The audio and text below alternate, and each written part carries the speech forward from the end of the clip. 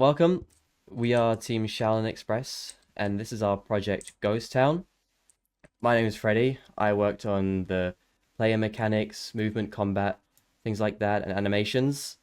And I'll introduce you to my other teammates.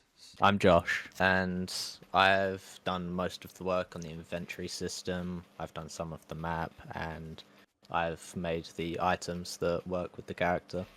I'm Shem, and I worked on parts of the map, and I also did the layouts in between the buildings. I mean, inside of the buildings, not in between. I am Joshua. I worked on the weather system, temperature, and hunger/thirst system. Starting off the game, your objective is to find 6 metal parts, 3 stone, and 2 wooden planks to repair this whole building, the radio station. And as you can see, there's animations for walking, and also you can roll pretty far. You can use this to get away from enemies, and you can attack. And I'll show this off inside this building. As you can see, the enemies are being pushed back. And you can dodge to save yourself from losing health.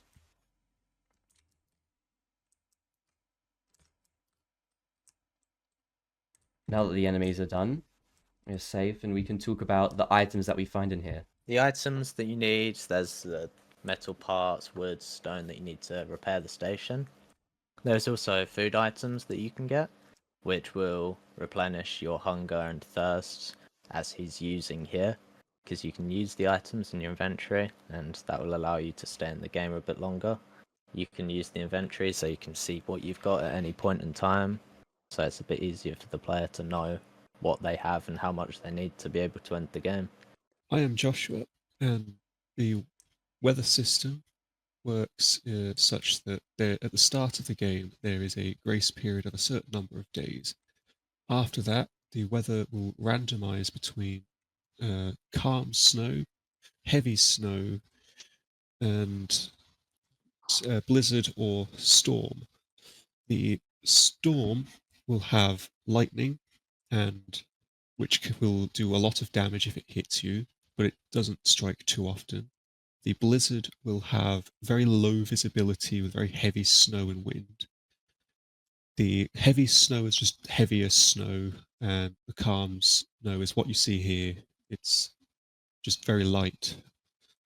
And then the day-night cycle, it just works by rotating the sun around. The moon is childed at 180 degrees to the sun, so when it rotates around, the moon will be up in the sky at night, the sun will be up in the sky during the day, and it will blend between the regular day sky and the starry night sky depending on how bright the sky box is. I went with this layout of the map, well, inside of the buildings, because I wanted it to seem like the enemies have been camping out in this ghost town for a while, and then we are trying to take their scraps away from them so we can escape. So that's why I added the banners that almost look like tents, so they have a roof over their head while they survive through these harsh weathers. Now I'll collect these items just Yes, before taking them back.